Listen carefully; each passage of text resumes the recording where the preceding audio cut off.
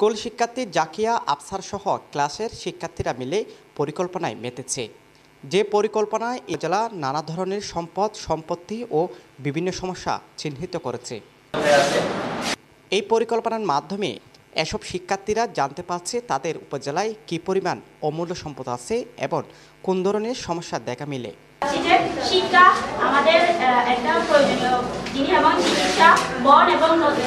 আমাদের সমাজে শিক্ষা রয়েছে, শিক্ষার জন্য পর্যাপ্ত স্কুল রয়েছে, কিন্তু আমাদের পর্যাপ্ত দক্ষ শিক্ষক নেই এবং দক্ষ শিক্ষকের জন্য প্রয়োজন তাদের চাহিদাটা পূরণ করা। চিকিৎসা ক্ষেত্রে আমাদের বেশিরভাগই সমস্যা দেখা যায় তাৎক্ষণিক চিকিৎসার ক্ষেত্রে। আমরা যখন আমাদের চিকিৎসা ক্ষেত্রে যাই তখন আমাদেরকে পাঠিয়ে দেওয়া হয় চট্টগ্রামে, ঢাকায়, এভাবে পাঠিয়ে দেওয়া হয়, যার কারণে অনেক মানুষ মারা যায়। আমাদের নিরাপত্তার একটা সমস্যা রাস্তাঘাটে মেয়েদের ইফতিজিং করা। এই সমস্যার সমাধান করতে হবে, এই ইফতিজিং প্রতিরোধ করতে হবে যথাযথ। কারণ ইফতিজিং যদি প্রতিরোধ না করি তাহলে আমরা মেয়েরা স্বাধীনভাবে লেখাপড়া করতে পারবো না, চলাফেরা করতে পারবো না, ফলে বাল্যবিবাহের অনেক সম্ভাবনা রয়েছে। দ্বিতীয় হচ্ছে কৃষি সমবায় আমাদের গঠন করতে হবে, কারণ কৃষি সমবায় না থাকলে আমাদের কৃষকরা যথাযথ পরামর্শ পাবে না, ভালো পরামর্শ পাবে না এবং তথ্য প্রযুক্তি ব্যবহার করতে পারবে না, উন্নত প্রযুক্তি ব্যবহার করতে পারবে না। কারণ প্রত্যেক কৃষকের সামর্থ্য থাকে না কৃষি প্রযুক্তি ব্যবহার করার, উন্নত কৃষি প্রযুক্তি ব্যবহার করার। যদি এগুলো কৃষি সমবায় থেকে কৃষকরা পেতে পারে তাহলে তারা সুন্দরভাবে কৃষিকাজটা সম্পন্ন করতে পারবে। শুধু শিক্ষার্থীরা নয়, এদের পাশাপাশি এই পরিকল্পনায় যোগ দিয়েছে সাধারণ মানুষ ও জনপ্রতিনিধিরাও। এখানে যেমন বিভিন্ন মন্ত্রণালয় জড়িত আছে, যেমন কৃষি খাতেরগুলো কৃষি মন্ত্রণালয় জড়িত আছে। যদি কৃষি বিভাগের যে আমাদের যে চাষাবাদের যে সেচ প্রকল্প আছে বা বিভিন্ন প্রকল্পগুলো আছে, এগুলা কৃষি বিভাগ যদি আমাদের সহযোগিতা নেয়, আমরা যেহেতু স্থানীয় জনপ্রতিনিধি, এখানে আমার সাথে ইউনিয়ন পরিষদের আমার সদস্য আছে এবং মহিলা মেম্বার আছে, আমার ইউনিয়ন আওয়ামী লীগের সভাপতি, যুবলীগের নেতা, সকলে আমরা এখানে আছে।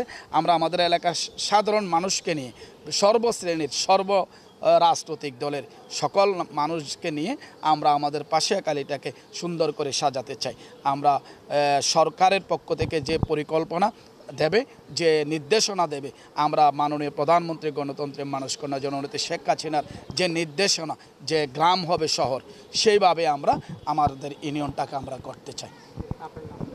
মূলত পরিকল্পিত নগরায়ন ও উন্নয়নের জন্য প্রকল্প হাতে নিয়েছে কক্সবাজার জেলা পরিকল্পনা প্রণয়ন প্রকল্পের প্রধান পরামর্শক প্রতিষ্ঠান বাংলাদেশ সেনাবাহিনীর অ্যাডহক সিএসসি এবং সহযোগী প্রতিষ্ঠান ইকেয়া আর্কিটেকচার সেলটন জিবি, যা বাস্তবায়ন করবে কক্সবাজার উন্নয়ন কর্তৃপক্ষ। তারই ধারাবাহিকতায় গত বৃহস্পতিবার রশিদ আহমেদ সরকারি উচ্চ বিদ্যালয়ে অনুষ্ঠিত হয় মতবিনিময় সভা।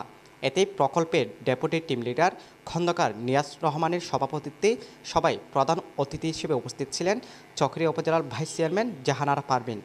এছাড়া অতিথি ছিলেন পাশিয়াখালী ইউনিয়ন পরিষদের চেয়ারম্যান হেলাল উদ্দিন ও অন্যান্য জনপ্রতিনিধিরা। এ সময় এই প্রকল্পের মূল বিষয়বস্তু নিয়ে ব্যাখ্যা করেন প্রকল্পের deputy team leader Khandaker Niaz Rahman. এবার যারা কনসালটেন্ট আছে আমাদের কয়েকজনই আমরা এই কাজটা অন্য প্রজেক্টে কিছুভাবে পরীক্ষামূলকভাবে করে দেখেছি, যে আসলে জনগণকে আমরা যেভাবে ভাবি যে ও কিছু বোঝে না, ও কিছু জানে না, সুতরাং এক্সপার্ট লাগবে, কনসালটেন্ট লাগবে, তারাই ঠিক করে দিবে জনগণের, মানে 20 জন 70 জন এক্সপার্ট মিলে 2 কোটি মানুষের ভাগ্য ঠিক করে দিবে। এটা আসলে ঠিক না। আপনারা আজকে দেখেছেন এবং আজকে তো প্রথমবার, সুতরাং এটা ওদের মানুষকে আসলে ওই জায়গার থেকে সরে আসতে একটা সময় দিতে হয়। আমরা আগামী ধরেন 1.5-2 মাস পরে আবার যখন আসবো এইখানেই কিংবা অন্য কোনো উপজেলায়, তখন যদি আপনারা আসেন দেখবেন ওনারা কত সংগঠিতভাবে আমাদেরকে এই কাজে সিদ্ধান্ত নিতে সাহায্য করবে।